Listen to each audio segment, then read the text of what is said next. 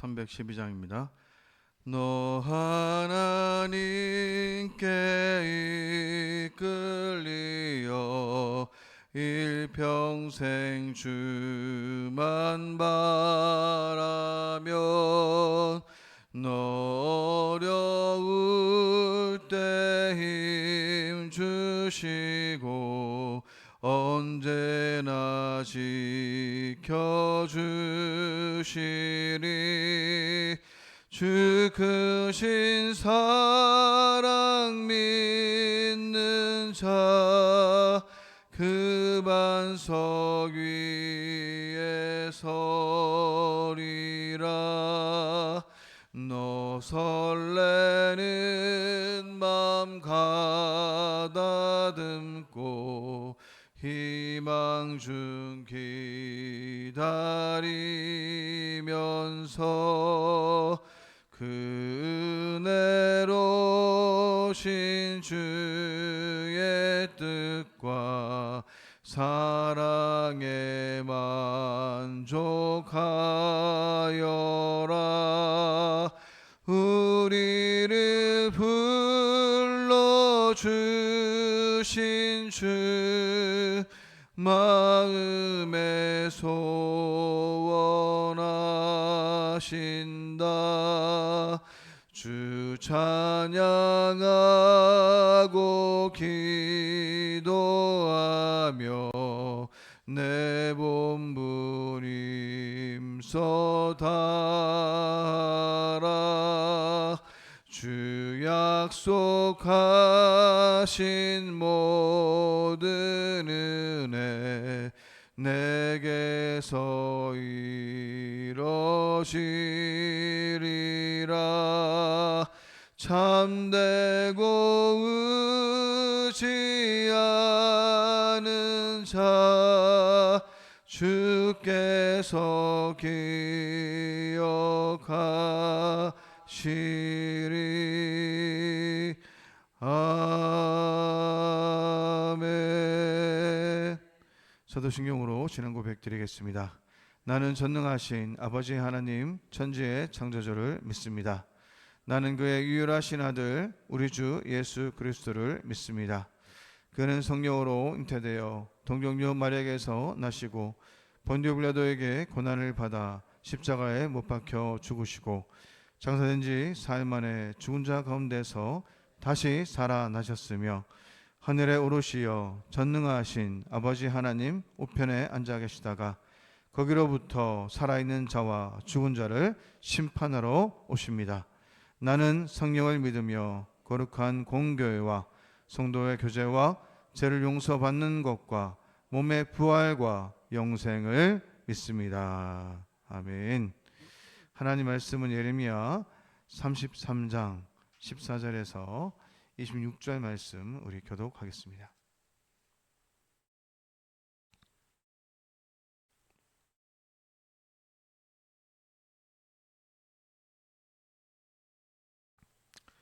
여호와의 말씀이니라. 보라, 내가 이스라엘 식과 유다 집에 대하여 일러준 선한 말을 성취할 날이 이르리라. 그날 그때에 내가 다윗에게서 한 공의로운 가지가 나게 하리니 그가 이 땅에 정의와 공의를 실행할 것이라. 그날에 유다가 구원을 받겠고 예루살렘이 안전히 살 것이며 이 성은 여호와는 우리의 의라는 이름을 얻으리라. 여호와께서 이와 같이 말씀하시니라. 이스라엘 집의 왕위에 앉을 사람이 다윗에게 영원히 끊어지지 아니할 것이며 내 앞에서 번제를 드리며 소제를 사르며 다른 제사를 항상 드릴 레위 사람 제사장들도 끊어지지 아니하리라 하시니라. 여호와의 말씀이 예레미야에게 임하니라. 이르시되 여호와께서 이와 같이 말씀하시니라. 너희가 능히 낮에 대한 나의 언약과 밤에 대한 나의 언약을 깨뜨려 주야로 그 때를 읽게 할 수 있을진데 내 종 다윗에게 세운 나의 언약도 깨뜨려 그에게 그의 자리에 앉아 다스릴 아들이 없게 할 수 있겠으며 내가 나를 섬기는 레위인 제사장에게 세운 언약도 파할 수 있으리라.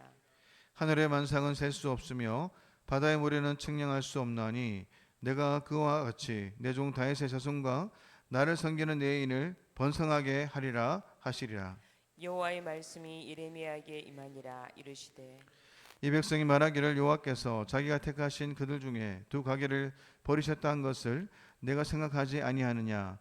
그들이 내 백성을 멸시하여 자기들 앞에서 나라로 인정하지 아니하도다. 여호와께서 이와 같이 말씀하시니라. 내가 주야와 맺은 언약이 없다든지 천지의 법칙을 내가 정하지 아니하였다면. 다 같이 읽겠습니다. 여호와가 내 종 다윗의 자손을 버리고 다시는 다윗의 자손 중에서 아브라함과 이삭과 야곱의 자손을 다스릴 자를 택하지 아니하리라. 내가 그 포로된 자를 돌아오게 하고 그를 불쌍히 여기리라. 아멘. 예레미야 오늘 읽었던 이 본문은 내용면에서 새 언약을 직접적으로 다루는 예레미야 31장 27절과 40절을 이렇게 반복하고 있습니다. 두 단락은 모두 하나님의 그 창조 질서를 동일하게 이렇게 언급하고 있는 것인데요. 새 언약을 직접적으로 다루는 이 예레미야 31장 15절과 40절과 같이 언약과 이 나라라는 용어를 사용하고 있는 점에서 오늘 본문은 이 새 언약의 의미를 성도들에게 더욱 구체적으로 이렇게 제시하고 있습니다. 오늘 본문은 회복의 약속을 더욱 구체적으로 설명하시고 반드시 이루실 것을 우리에게 강조하고 있는데요. 14절에 있는 말씀처럼 여호와께서 약속하신 구원의 시대가 이렇게 시작되고 있음을 선포합니다. 비록 그 시점이 아직 특정되지는 않았지만 반드시 올 것이라고 이렇게 약속하고 이렇게 계신 것이죠. 유다와 예루살렘에 대한 하나님의 그 징계의 목적은 바로 회복과 구원을 위한 징계였고, 또 유다의 패망은 유다의 회복을 위해 일하시는 하나님의 섭리였습니다.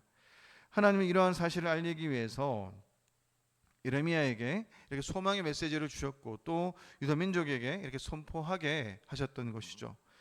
오늘 본문 구속 단락의 결론 부분을 읽어보면 예레미야를 통해서 메시지를 들었던 유다 백성들은 하나님의 말씀과 그 뜻을 이해하지 못한 것 같습니다. 그도 그럴 것이 하나님의 말씀과 지금 자신들 앞에 일어나는 현실은 도무지 일치되는 것이 없는 그러한 상황이었던 것입니다. 그래서 그들은 예레미야를 통해서 선포된 하나님의 말씀을 받아들일 수 없는 구체적인 증거들을 이렇게 내세우면서 하나님께 질문합니다. 오늘 본문에는 두 가지 질문에 대한 이 하나님의 답변이 기록되어 있는데요. 첫 번째 질문은 유다와 예루살렘의 패망은 하나님이 우리와 맺은 언약을 지키지 않으셨기 때문이 아닙니까? 라는 질문입니다. 하나님이 언약을 지키지 않으셨기 때문에 이렇게 멸망했다는 것이죠. 즉 그들이 보기에 언약을 파기한 쪽은 바로 이스라엘이 아니라 바로 오히려 하나님이라는 것입니다. 저들에게는 이렇게 말하는 근거가 어디에 있습니까? 사무엘하 7장의 약속대로라면 다윗 왕가의 이스라엘 통치는 영속되어야 하는데 BC 586년 요시아의 세 번째 아들 시드기야를 끝으로 다윗 왕조의 통치가 이렇게 종결됩니다. 이것이 저들이 주장하는 하나님이 약속을 지키지 않으셨다는 근거라는 것이죠. 또 두 번째 질문은 하나님은 어떻게 자기 집 거룩한 처소 성전을 스스로의 손으로 파괴할 수가 있고 파괴되는 그 모든 것들을 용인할 수 있으신 겁니까? 라는 질문입니다. 성전이 파괴되었기 때문에 여호와 하나님께 드리는 제의가 무너졌고 아울러 제의를 맡은 제사장들까지 바벨론에 이배되어서 이 제사장 전통까지도 끊어져 버렸던 것이죠. 그러므로 유다와 예루살렘은 더 이상 하나님의 집으로 존재할 수 없게 된 것입니다. 이런 상황인데 어떻게 이 땅이 회복될 수 있고 또 예루살렘을 안전한 도성이라고 부를 날이 다시 오겠느냐는 것이죠. 오늘 본문이 바로 이 질문에 대한 답변인 것입니다. 다윗 왕조가 무너진 것은 공의와 정의를 상실한 위정자들의 통치와 권력을 자기 탐욕을 채우는 수단으로 사용한 어리석은 왕들이 빚은 결과라는 것입니다. 성전 파괴 역시도 신앙과 삶을 분리한 이 거짓 믿음 그리고 또 거짓 예배로 하나님의 이름을 욕보이고 율법의 정신과 능력을 무시했던 제사장들과 백성들이 담합한 거짓 신앙이 맺은 열매라는 것이죠. 그럼에도 불구하고 하나님 어떻습니까? 저들에게 이렇게 답변하십니다. 내가 약속한 대로 다윗의 손으로 정의와 공의를 상실한 이 땅을 정의와 공의로 통치하는 참된 왕을 주겠다. 신앙과 삶이 분리된 분리된 거짓 제사, 거짓 예배가 아니라 하나님의 임재와 거룩이 삶에서 선포되는 진리의 예배가 다시 회복하게 하겠다. 하나님의 약속은 낮과 밤이 반복되고 지속되는 것처럼 반드시 올 것이고 반드시 목격하게 될 것이다. 자기들이 지은 죄가 초래한 결과를 하나님의 탓으로 돌리려는 그런 사악한 시도에도 불구하고 하나님은 결연한 의지로 당신의 언약을 지키시겠다라고 이렇게 말씀해 주십니다. 오늘 본문에 나타나는 이 특징은 장차 등장할 이상적인 다윗의 왕에 대한 언급이 집중적으로 이렇게 나타나고 있을 뿐만 아니라 다윗에 대한 언급으로 시작해서 다윗에 대한 언급으로 이렇게 끝맺는다는 것입니다. 좀 더 구체적으로 오늘 14절과 18절에 있는 내용상 새 언약을 통해서 다윗의 자손이 출현하고 그가 공의와 의로 통치한다는 것을 말씀함으로써 유다와 예루살렘의 그 회복을 이렇게 강조하고 있는 것이죠. 우리가 오늘 본문 전체적으로 이 단락의 주제들이 어떻게 의미가 있는지 우리가 구체적으로 살펴보면 14절 말씀입니다. 14절에 보니까 여호와의 말씀이니라. 보라 내가 이스라엘 집과 유다 집에 대하여 일러준 선한 말을 성취할 날이 이르리라. 여기서 오늘 이 선한 말을 성취하다라는 이 단어는 주로 언약을 체결할 때 쓰는 그러한 단어입니다. 유다와 예루살렘의 회복의 영원성 어디에 있다는 것을 말해주고 있습니까? 새 언약에 기초하고 있다는 것을 간접적으로 이렇게 말하고 있는 것이죠. 오늘 본문에 읽었던 이 선한이라는 이 단어는 바로 언약이라는 이 용어에 속한다는 것입니다. 그래서 오늘 우리가 새 언약에 대한 암시는 바로 19절과 20절에서 직접적으로 언약에 대한 언급을 통해서 더욱 분명하게 우리에게 말하고 있습니다. 예레미야서에서 새 언약을 통해서 나타나는 예루살렘은 거기에 거하는 이 백성들과 동일시됩니다. 본문 15절에 있는 말씀 보니까 그날 그때에 내가 다윗에게서 한 공의로운 가지가 나게 하리니 그가 이 땅에 정의와 공의를 실행할 것이라 라고 말하고 있습니다. 새 언약을 통해서 출현할 이상적인 다윗이 바로 공의와 의를 행할 것이라고 이렇게 말하고 있는 것인데요. 오늘 이러한 다윗에 대한 언급은 개인으로서의 다윗과 함께 일반 백성이 바로 왕적인 존재가 된다는 것을 뜻하고 있는 것입니다. 이것은 새 언약을 통해서 하나님 나라가 도래하면 새 언약 안에서 하나님 나라의 그 백성으로 인정받는 그 백성들이 바로 공의와 의를 행하는 왕적 존재가 된다는 것을 의미하고 있는 것입니다. 예레미야에서도 너무나 잘 알고 있는 것처럼 여러분들 이 공의와 의의 주제는 너무나 중요합니다. 예레미야 7장 10장은 7장부터 10장은 공의와 의를 행하지 아니하고 성전에서 예배만 드리는 백성들의 그 모습을 바로 이 거짓이라고 이렇게 규정합니다. 더 나아가서 공의와 의가 없는 백성들의 형식적인 예배는 바로 우상 숭배와 진배 없다라고 이렇게 질타하고 있는 것입니다.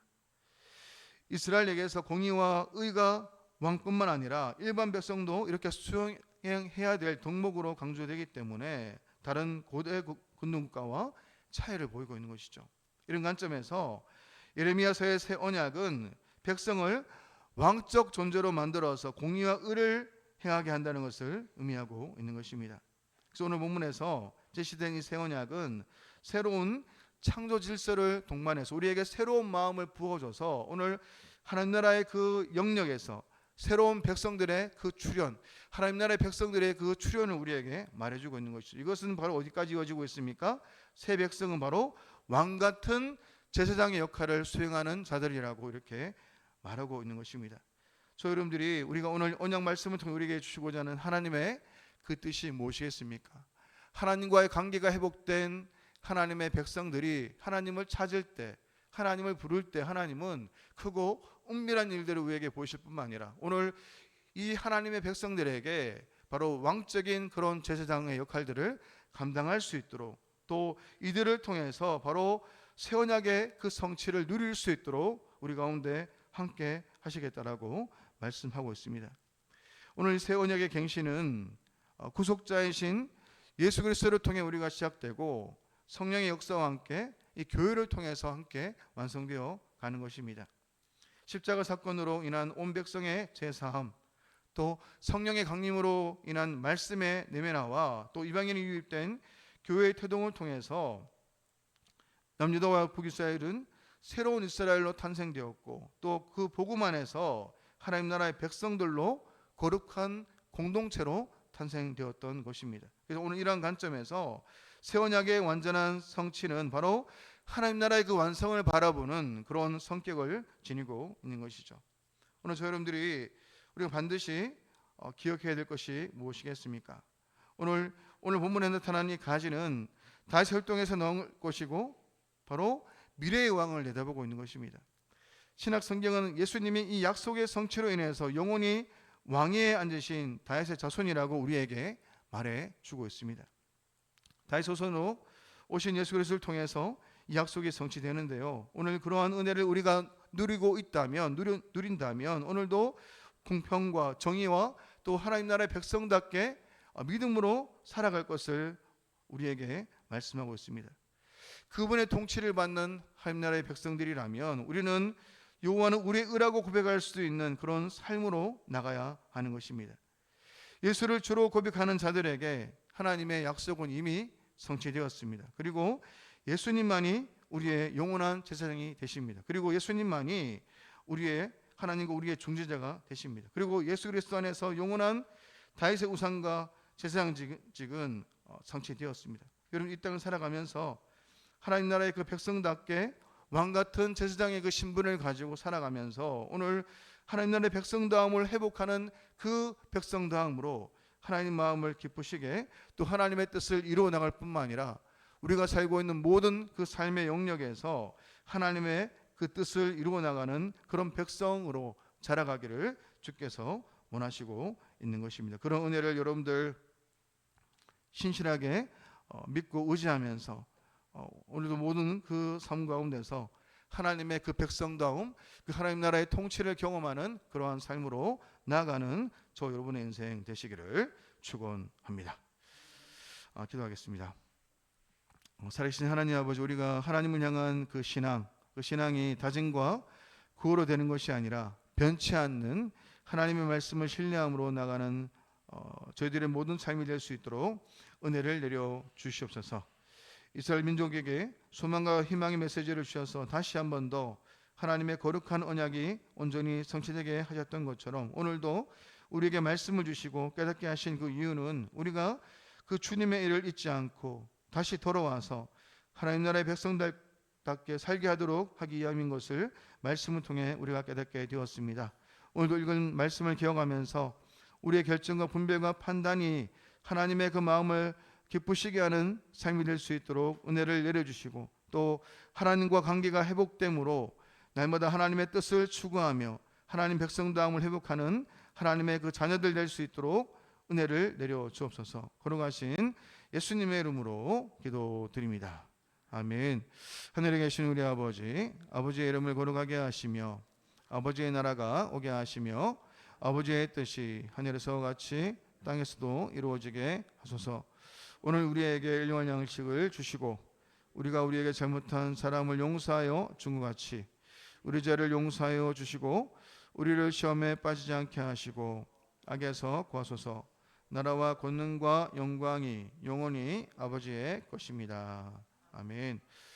오늘 지금 목요일 나라와 한국교회를 위해서 대구 성취하를 위해서 이 시간 기도드리겠습니다.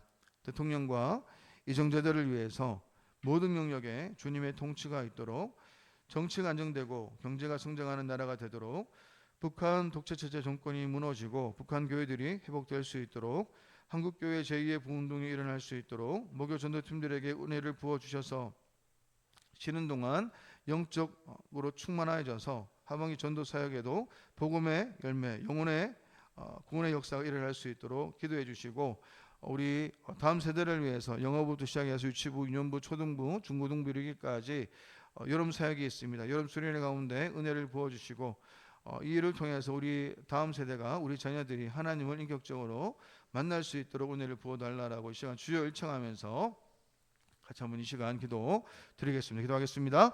주여